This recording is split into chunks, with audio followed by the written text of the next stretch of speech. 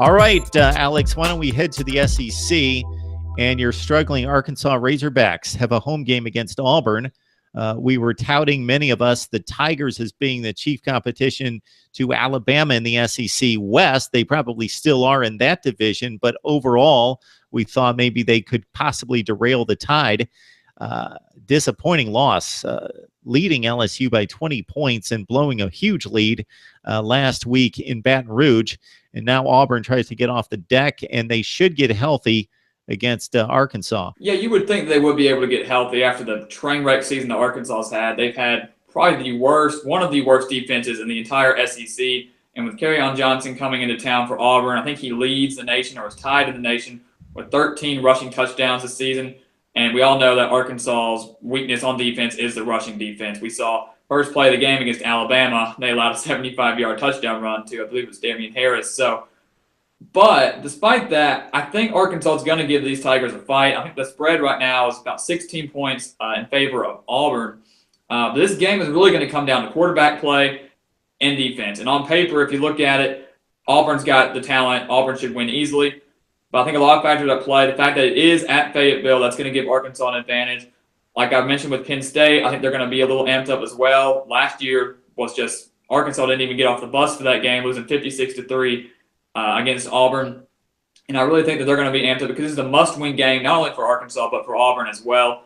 I think the loser of this, their season is definitely over. Auburn, if they lose this game, I think they're out of the SEC West race against Alabama. If Arkansas loses this, they're going to be 2-5 and might be in danger of missing a bowl game. So this is a huge game for both teams. Jarrett Stidham with Auburn, a lot of people thought he was going to be the savior, come in and lead them to the SEC championship.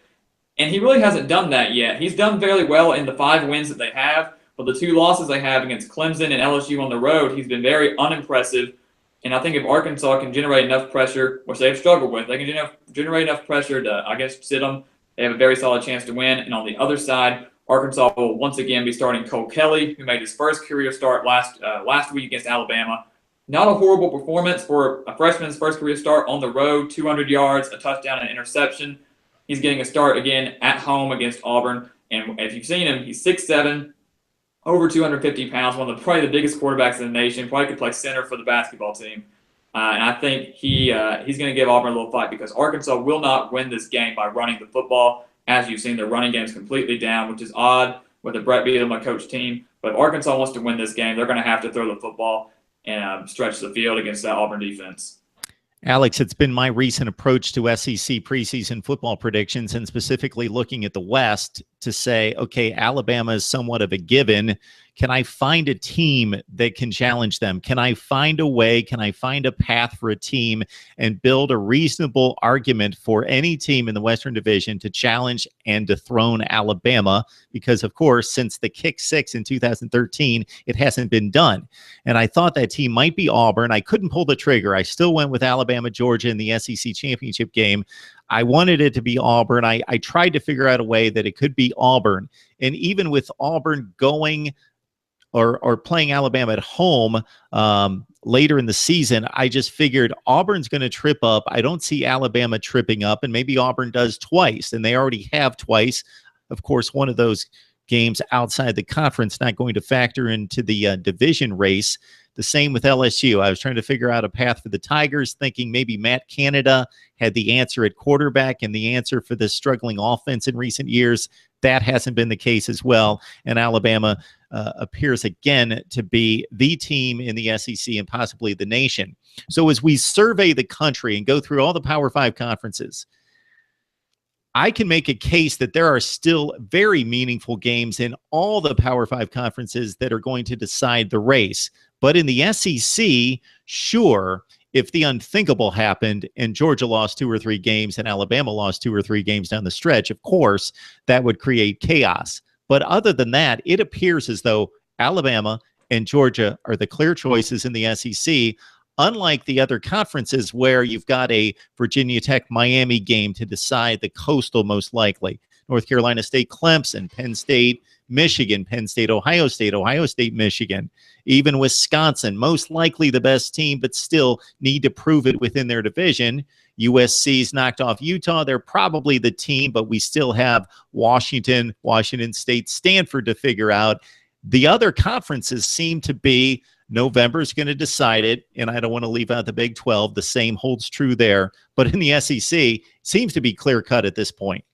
Yeah, I agree completely. I mean, besides the every other conference is kind of a toss-up right now. You have your favorites. I predicted Washington and USC to be playing in that Pac-12 championship game, and Washington was stunned on the road last week against Arizona State.